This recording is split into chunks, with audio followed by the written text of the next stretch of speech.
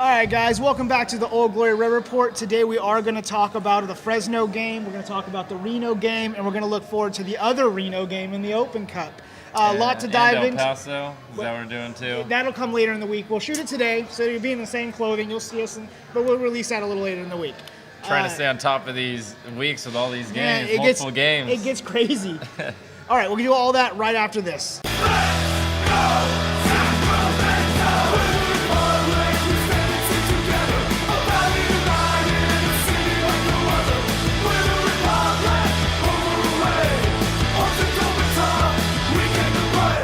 All right, guys, welcome back to the Old Glory Red Report, the supporter channel for supporters by supporters. Mark Anthony's joining me again. I'm Casey J. As always, thanks for joining us. A lot to cover. It's not the most fun topic currently to be covering because it's been pretty awful as far as I'm concerned, and I know a lot of people think it's not good enough. Hey, look, the win's a win, but it's still the way we got the win. It was ugly. It was not the best game for us still. We had nothing going forward. We relied on a defensive error to get that win. Now, it's great. I'm happy we got the 3 points. Great goal for Warner. Great to be on top of it. But still not good enough all around for me, man. What are you thinking on these last couple games? Yeah, I mean, I'll start with the Fresno game first. Talk about one of the ugliest games you could ever watch as a fan of this sport. It doesn't matter who you support. It's just one of those games where if you didn't have a dog in the fight, you were changing the channel. I mean, I've watched a lot of USL games that my team's not in, that the Republic are not playing. Sometimes it can get a little bit dreadful, in all honesty. But, the one thing I want to point out is I think it's shameful for the league to be able to have teams play on fields like that. I think the condition of that field was so terrible. They do play on a baseball field. And I know we make fun of that for a lot of teams, but most teams, when they play on baseball fields like that, they're not as bad as the Fresno one. I don't know what it is there, man, but that field, you could see the whole time it's choppy. It looked like it was wet in some parts, dry in others, no consistency, and there's definitely a difference between the two halves of the pitch. It's like one half, and when you're watching on TV, the right side, you can't even play on that side. Yeah, we've talked about it a lot on this channel about the baseball pitches and, just overall quality of the stadiums in the USL. Unfortunately, it's something that has not been addressed, and until the league builds up more, we probably won't get any resolve to it. But, I mean, either way, like you said, an ugly game. Good to get something out of it. It seems like it's narrow, too, like the pitch. It is. It's quite narrow. It feels like all 22 players are very close together on that field. But I thought these games were a tell of two different games, too, because in this game, I thought defensively, the boys held well to a Fresno team that had possession, that were trying to make breaks, that are quick, that can score goals. I think our defense did really well in this game. I mean, not perfect. They had their moments. But then they went on to the next game against Reno and just shambles, like we saw in Vegas. They get one goal against them, and they just seem to lose concentration. Yeah, I don't know. I mean, the Fresno game, we didn't allow a goal, so that's always nice. But, Fresno did score a goal that was taken off for an offside. Close call. We were on the fortunate end of it. I'm not sure if it was offside or not. It looked like it was the right call. But again, the angle that you have on television doesn't show right down the line. They're not playing Champions League out here, so you don't get 5 different camera angles, right? So we were on the fortunate end. But all I know is that it was a tough game to hold possession. But Fresno definitely was on the front foot. Yeah. And I think the field conditions played into our hands. We wanted to play ugly. We are a strong defensive team for the most part in most games. Except for when we play a Nevada team for some reason. Exactly. So going back to the point, though, I feel like it was the kind of game we wanted. Score early and just kind of play ugly and see out the 90 minutes. Yeah, and then in the complete opposite style, we have Reno come here, and we just look terrible. I mean, the guys looked mousy as soon as the first goal goes against us. I mean, great on Tainter. That was a cracker bang on goal. 90% of the time they don't make that in, but good on him to take it and get that goal for us. Yeah, it was a spectacular goal. One of the best goals that I think has ever been scored in this franchise history. It was a great goal. I mean, of course, there's been more important goals scored, but in terms of just class and just a rocket, something you hit on the practice field, but not oftentimes it translates to an actual game. I think he got a little bit maybe of, I don't know. The keeper does touch it. The keeper gets a touch on it, but I think the keeper was first and foremost shocked that a center back he even got hit caught that. out a little bit. I think Tanner was inspired by Vincent Kompany, though. Earlier in the week for Man City, hitting that rocket shot against Leicester. He's like, if Kompany can do it, I can do it, no problem. Though, I thought it was one of Tanner's worst games played, though. He was absolutely dreadful on the first goal given up. It was his man. He gets caught ball watching. Yes, Gomez gets beat to the line, but if you look at it, the players in the box, we had numbers behind the ball in that situation. Tanner's watching the ball and not seeing Herzog 3 yards from him, sitting on the near post, and Herzog didn't make a great run into the box. He just stood there like a statue. The ball comes to him, he turns around, and he just pokes it right in the corner. So unfortunately, Tanner's awesome, amazing career highlight goal, I think, is marred a little bit by his lack of judgment. He fell asleep, I think, for a second, and ultimately we go 1-1 in that game. Well, and we saw it in Vegas even. We saw it here in the Reno game. It's just poor positioning in some of the set piece plays and some of the corner plays. We're getting caught out just with bad positioning. Our center backs are getting pulled away from each other and leaving holes in the middle, like you said, for these guys just to stand in and take advantage of. And we have a strong defense until we get scored against. Then it seems to fall apart for me. The second goal that we gave up in the Reno game, Kynan tries to make a pass through the middle of the field. It gets intercepted. The ball gets played in behind him. And then Cohen makes another big error, another one for him on the season, which is starting to add up a little bit here. We have to talk about that. Yeah, we have to talk about it. He's had some really bad games. But, I mean, you're looking at Tanner, Kynan, and Cohen responsible for the first 2 goals. And you could say that they've been the 3 players that we've relied on for almost the entire season up until this last week. So it is a little bit head-scratching and frustrating because you're like, well, we can at least rely on the spine of our team even if we can't score goals. Well, and it makes you look at our back line because if Cohen's not saving goals, it makes them look a little more spotty in my. Yeah. When Cohen's giving you 3 or 4 saves a game, your back line's looking a little bit better. But when those 3 or 4 saves go away and turn into goals, then you start looking bad. So the last 2 goals that we give up, though, I mean, we're chasing the game. We've already made, at that point, substitutions to bring on attackers for defenders. So, yeah, we give up 2 more goals. It ends up being 4-1.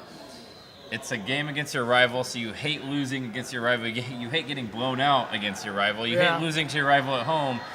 But ultimately, I don't think the scoreline really reflected the game. I think we had the better chances to score in this game. I really do. And for the first, 20 minutes of the game, we were all over them. Including Tainter's goal. I mean, the guys were pressing. Warner was looking good. Black was even looking good. I mean, he missed chances in this game. Missed chance after chance after chance. But at least he was getting chances in this one. Did we sacrifice some defense to get that a little bit offense, though, do you think? I don't think so. I don't think so at all, because if you look at it, the first 2 goals that we give up, it's not positioning. It's just decision-making on certain individual players. Now, Tanner falls asleep on that first goal. I mean, he's looking at the ball. His man is 3 yards away. You can't be that far away when you're in the box. When you're inside the 18, you have to be able to pull the shirt of the attacking player. You have to be within that distance, right? He's not. But that's not. It wasn't like we got countered in that situation. You know what I mean? We didn't get countered. The second goal, Kynan tries to play a dangerous ball. He gets burned by it. They play the ball in behind, and then the ball goes through Cohen's hands. I mean, what can you say? Yeah. It's not. I don't think that we press too high up the field. I think you just give up 2 bad goals in the run of play against the run of play. But I liked the intent. I thought that even though we lost 4-1 and everybody's going to look at that scoreline and be like, that is a terrible loss. It is. It's a terrible loss. But I think a lot of it has to do with who the opponent is, right? Yeah, that stings a little bit more, obviously.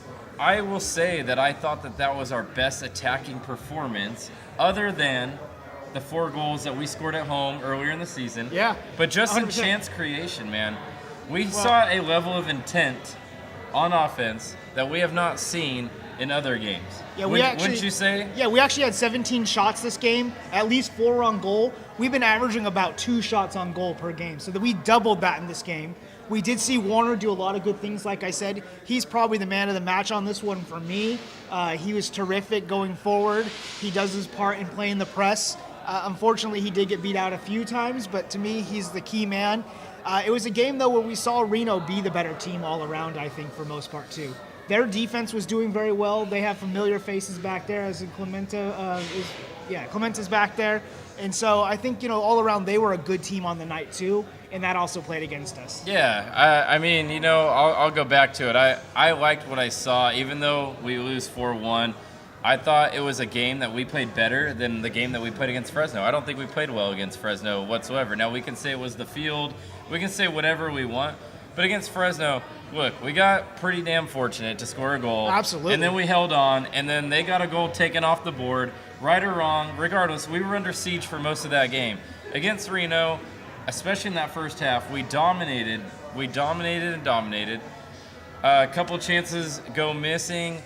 The second half, Blackwood has 2 golden chances to tie this game up. Sitters, he just needs to get it out from under his feet. See, and that's the thing, man. It's like if you score one of these chances inside of 10 yards, it's 2-2, or it's 2-1, we're ahead, or it's 3-2, we're ahead. It's just not working for the boys right now, though. I mean, those chances are going lacking, if you would.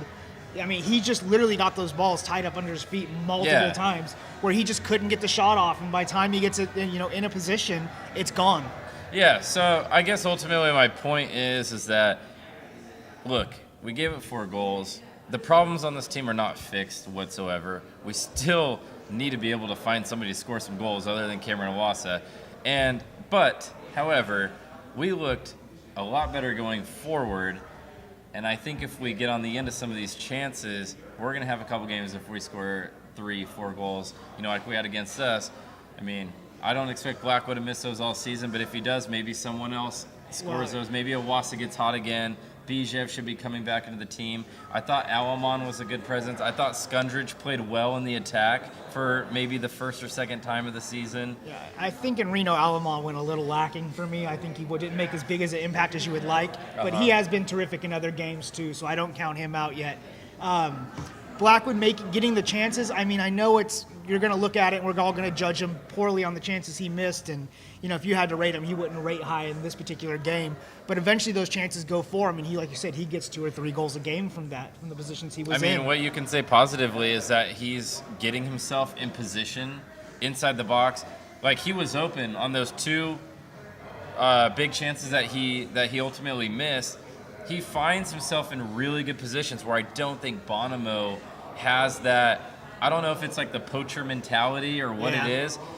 That Chicharito quality, like finding yourself. Getting the rebound. Yeah. Like the Chicharito kicking the ball off your face into the back of the net. I mean, whatever works to put it in. We laugh at stuff like that, but like having a knack of finding the back of the net is a thing. It's Ruud van Nistelrooy made a career out of that, right? And it comes and goes. When strikers and when midfielders get into a groove and they start getting goals, then they'll keep going. So hopefully when Blackwood does start scoring, or when Iwasa gets healthy and back in and gets a couple goals, we'll start building a little momentum off that. Yeah, and that's kind of why I think Iwasa should be playing as our number 9, like as our center forward, just because, look, it may not be his most natural position. It may not suit all of his strengths, but that guy knows how to find the back of the net consistently. He's the only one on this team that's still on this team from years past, or a new player, that can find the net consistently.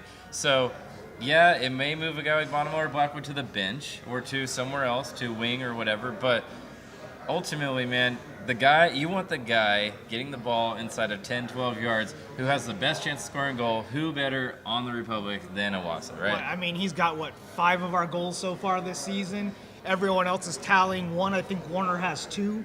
So, and beyond that, I mean, Iwasa for years now has scored goals. He's done it year after year. Take away this season, it's like he was the best goal scorer on our team last year. He's been the best goal scorer on this team in years past.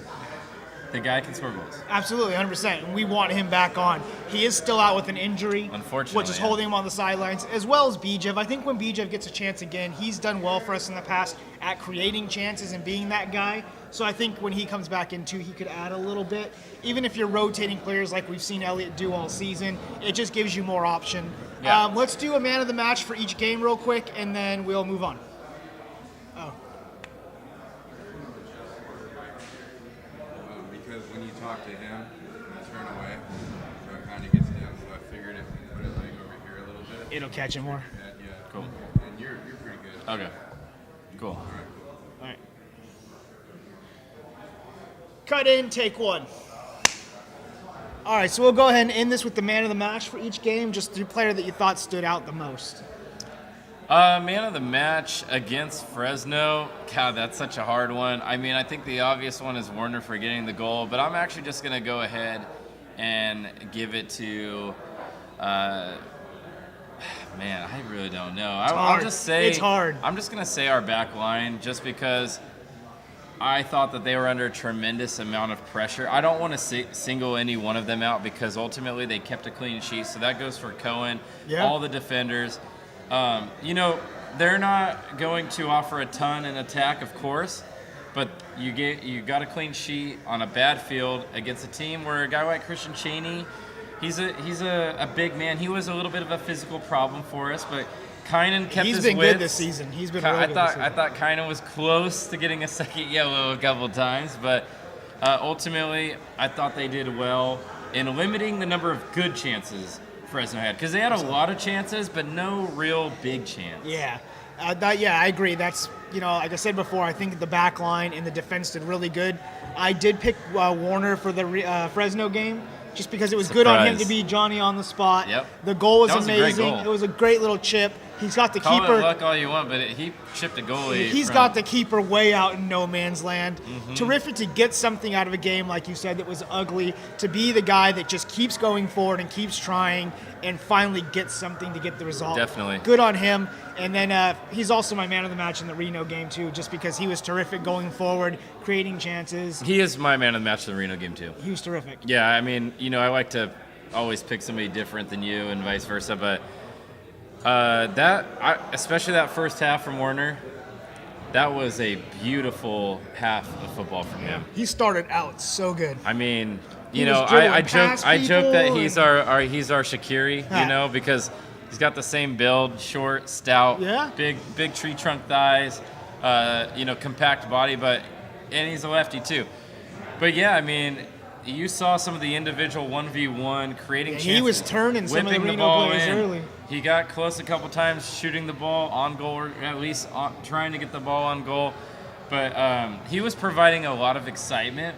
But he was also, it wasn't just all flair. There is some substance behind it. And I think that goals and more importantly assists are definitely going to ramp up as the season goes on for him. Yeah, he's another one of those players like we talked about with Blackwood and Iwasa, that when he gets going, I feel like he's going to be a player that's dynamite for us, but he just hasn't been able to find the back of the net yet for us. And I think once he found it before. Well, yeah, but he hasn't. 2 goals in the season. He hasn't found the consistent back of the net. net. He's our second leading scorer, like we want him to. He needs to. He's creating more chances than he's getting in the net, I guess, is where I'm going to go with that. And he leads the team in crosses by ×4. It's a ridiculously high number. When we see him start converting more of the chances he's currently creating, we'll see more out of him. And I think as the season progresses, we'll hopefully see more of that. So I think we will, just because, he's a young player. You can't forget that. A guy played college ball not too long ago. He's new to the league, not just new to the team, but new to the league. So I think once the team's form improves, I think he will be a big reason. And look, we got a win this last week. Ultimately, he was the man of the match. He's the man of the match twice. So we can say, hey, we want to see a little bit more maybe on the finishing end. And we all do, but he's been a pleasant surprise. Yeah, absolutely. And we've said it since the start of the season. He's earning his minutes, too. He started off on the bench. Guy. And he got the chance to come on as a sub, making impact. He's not only got an assist and 2 goals, he's also been fouled in the box, which led to another penalty kick goal. So him and Iwasa, clearly have been our best 2 attacking players. All right, so the post-match here has gone a little long. We talked about him. Put your comments below. Your man of the match is below. We always go a little bit long. Yeah, we always run long on these things. Tough games since the Las Vegas game. Honestly, it's been, poor. We've even had the Portland game before that's been poor. So it's been a really tough Bad run. run of form, injuries. Hopefully we can turn it around coming up. This is a crucial part of the season where we will start seeing the pack start to separate a little bit. Yeah. So we don't want to get left behind. But we will move on. We do have the Open Cup on Wednesday, so we'll move into that right now. All right, guys, if you just got done with the post-match, thanks for watching that. If you're just joining us just to get this match preview for the Open Cup game against Reno, welcome, and it's great to have you here. Mark Anthony, this is going to be a game against a team we just saw come into Papa Murphy's Park and beat us 4-1. Should we be expecting anything different in the Open Cup? I think so, yeah. I'm not sure if they'll be available, but I think if Awas and Bijev are fit, I think they will play. It'll be a good game to get them back in. Yeah, and I think this, I think, because it has been in the past, and I hope that the Open Cup is taken seriously. I think it's a good tournament. Do I think we're going to win it all? No, but it is nice to... Hey, we could do it. Well, it's nice to beat the teams in your league and get to play teams in a higher league. Last year, we had the thrill of watching the guys play LAFC. Which was a great game. Yeah, we lost, but it was a hell of a game. Like, it was fun, right? Yeah, and it's on the road, almost beating an MLS team. It is noteworthy to say we did have the Seattle game, too, that was really great. And that was a great game. We were there for that. We were freezing our balls off. But it was a great game. So the Open Cup does give us a chance to really see the boys play some top-notch teams. Do you remember how cold it was, though? It was really cold. I remember being on the sidelines, like in a T-shirt, being like, "Oh no!" Oh my God! It was a Wednesday night and it was freezing. It is great to note that we have knocked Reno out in the last two Open Cups in the third round. Yeah, last year. And the year before that. Alamon's awesome free kick last year. So we got that going for us, but they did just beat us 4-1 at our home. So that's going to be a rough one. I think we'll probably see about the same lineup for both teams. And like you said, unless Iwasa comes back and Bijev comes back, you think it's going to be one where maybe we can get a little revenge on this one, come back and prove something here? I think so, and I think it is a good chance for the guys to play their rival right away. I'm sure they're fuming from the other night, losing, not just losing, but to your rival and losing by 3 goals at home. It's definitely one of those where you take it on the chin and then you go back and you try and give them your best punch the next time. So yeah, and I think with our past with the Open Cup, I think we'll take it very serious like we have in the past, and I think we'll be able to knock them out again. I think we'll go on and hopefully get some of those good MLS teams coming in like we saw last season. Really pumps up the season, gets fans in, I think. If I understand it correctly too, I think the draw is for the next round is actually tomorrow, so I think Republic and Reno will know who they will face in the third round before they actually lace up the cleats and play on Wednesday night. I could be wrong on that, but I think because the next round is when the MLS teams get introduced into the competition. So, like I said, sure. I think we'll have pretty much the same starting lineup. Who are you thinking is going to start in this one? I think Horde might get a start. He did not start against Reno. Will he start in the back line, or will he start playing in that midfield kind of right wing position? I would say he probably starts as a wing player like he did against Fresno. I think Harris will definitely get a start. I don't know which one of the members I was just going to ask, who do you think comes out? Maybe Kynan. Kynan? Since he has played, I think, every single minute up to date. Well, but like you said, Tainer had that cracker. If you watch the post-match, like Mark said, Tainer did have that cracker, but then he was a little bit poor too. So I could see Tainer going out as well. Yeah. Other than that, I think you gotta, unless Awasa's healthy and you're ready to put him as a number 9, I think even though Blackwood kind of flubbed a couple, I think you got to put him back out there for the fact that he's going to get him in eventually. Yeah, and it's not like Bonomo has been scoring goals, so it's not like true to that. At least Blackwood is getting chances where Bonomo hasn't been getting them or scoring them. So I think I don't think you make too many wholesale changes in this. I don't either. I really don't. I think we're going to see very similar lineups. The coach is going to think, okay, we got a bit unlucky in the last one. Absolutely. I think he'll think we can get something out of this game. He's going to go in with kind of the same tactics and do the same thing, I think, and hopefully it works out a little bit better than it did. I thought we were really good against Reno for most of that game until about the 65th, 70th minute where Elliott was forced to make some changes, exposing the defense a little bit and opening ourselves up to that counterattack. I mean, we had the better chances to score. Blackwood misses those two, so I think he got the tactics right. Yeah. It was just, you're down 2-1. You got to throw caution against the wind and just go with it. All right, so we know we got scored against by Brown. We talked about he's good. We got scored by Herzog, who's had a couple goals against us in the last one. What do we think we can do different to stop these guys from scoring goals this time? Don't fall asleep in the back. I mean, keep your positioning. Those are good keep players. your positioning. Let's be honest. Herzog and Brown, they are good goal scorers in the USL. Brown, I think he might be the goal scoring record holder for the USL, if I remember correctly. He's got like an insane amount of goals. He's been in this league like since the inception of it. Yeah. So if you make errors in the back, those are the type of experienced, quality players that will hurt you. They will burn you. So those 2 goals that were given up were avoidable. One was a defensive error by Tainer, just not being close enough to his man. The other one, Kynan, trying to pass through the back, intercepted, ball gets played in behind on a quick change of possession. And then Cohen makes a weird mess up in the back again. That's definitely going to be a key to getting some points from this one and moving on. Moving on from this one. Moving on. Is Cohen's going to have to be a little more solid in the back. And now we know he can do it because we've seen it all last season, and we saw it at the start of this season. So I'm really hoping he turns his form around again and gets back to the super keeper we know he was at one point. I would not be surprised if a guy like Diaz got a start in the goal box. Usually, he hasn't ever started really for us. Usually he did get an Open Cup start last year, didn't he? And usually Open Cup is where you might roll out your backup keeper. As we know in other competitions throughout the world, first-team keepers usually get a rest during those League Cup games. And it might just be time for Cohen to sit down for a couple days. And with his form, it might, like you said, it might not hurt for him to actually take a little break here, let Diaz get out there and take a couple take 90 minutes behind the posts. Yeah, and then throw Cohen back in on Saturday night. Yeah, let him come back for El Paso. We'll see. All right, so what are you thinking in the Open Cup? What are you thinking for your score prediction? All right, so I predicted we would lose to Reno 2-1. Obviously didn't get the score right, but I got the result right.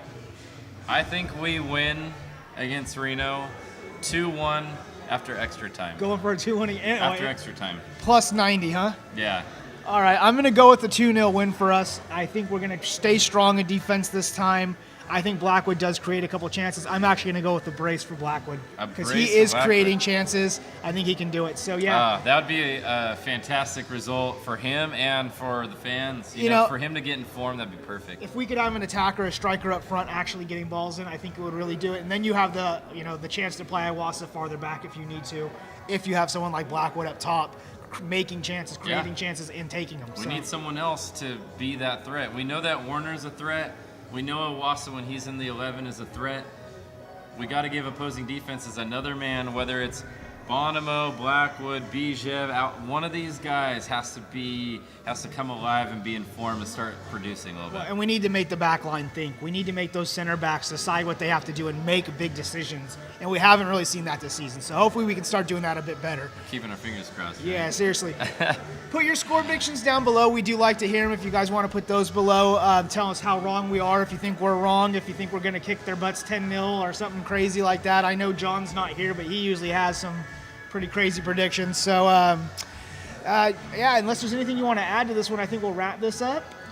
No, I think it'll be a fun game. It's a Wednesday night game. No tailgating. Tailgating, yeah. But it's fine. They're closing off the other side, so the TVB and everything I heard is going to be on the sideline this time instead of the ends. So that'll be interesting. Yeah, what is the deal with that? Yeah. Is there no seating behind the goal? I don't know if they're not expecting that many people to show up and they want to fill like a certain section or It's weird whatnot. Though, because when you try and buy tickets, it still has the same like GA and. Yeah, I think they're just going to hurdle everybody into one section from what I understand. Now, I'm not sure how it's going to work out, but that's what I heard at least. So, but if they buy enough tickets, then they have to. Maybe. We'll see. We'll see how well it goes. Yeah. All right, guys, thanks for watching this video. If you stuck through the whole thing, we appreciate it. If you just came for the match build-up, thanks for watching that.